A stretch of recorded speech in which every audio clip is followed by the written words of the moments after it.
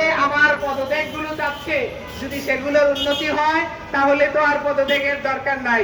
তাহলে এই 8 মাসে যেহেতু উনি বিচারের কোনো উন্নতি করতে পারে নাই, তাহলে কি তার পদত্যাগ করা উচিত কি না আপনারাই বলো।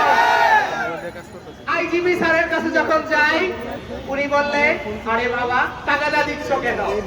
8 মাসে খুনিদের দোষরদেরকে ধরা হচ্ছে না, যদি বলি আসামিদের গ্রেফতার করেন, আমরা নাকি তাদেরকে তাগাদা দিচ্ছি। 8 মাসে কিছু বলতে গেলে ওনাদের কাছে তাগাদা দিচ্ছি, ওনারা বাঁকা নজরে তাকায় আমাদের দিকে। ওনারা বলে দয়া দাক্ষিণ্য দিয়ে হয় না।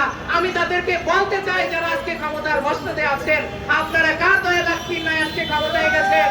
আমরা তো স্বজন হারাই আপনাদের কাছে বিচারের জন্য যাই, গেলে বলেন আমরা দয়া দাক্ষিণ্যের জন্য যাচ্ছি।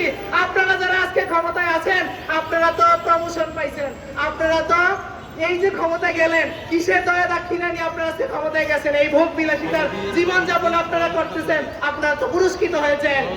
আজকে আমরা বলতে চাই, আগের আইজি কমিশনার ছিল দূষণ স্বৈরাচারের, বর্তমান আইজি কমিশনার হলো খুনিদের পৃষ্ঠপোষকতাকারী। কারণ হলো এই পর্যন্ত কোন খুনি করতেছে না। আইজি কমিশনার যতবারই বলি তাদেরকে, তারা খুনি ধরার জন্য কোনো প্রস্তুত না, তারা তাদের একটা পুলিশও ধরে দিতেছে না। আপনারা দেখেন 10-15টা পুলিশ গ্রেফতার করেছে। আমি সবসময় একটা কথা বলি, 2000 মায়ের সন্তানকে হত্যা করা হয়েছে। একটা হত্যায় যদি একটা পুলিশ জড়িত থাকে, তাহলে 2000 পুলিশ গ্রেফতার হওয়ার কথা ছিল।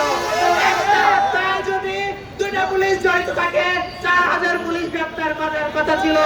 আগের আইজি কমিশনার আর বর্তমান আইজি কমিশনার কয়টা পুলিশকে গ্রেফতার করেছে?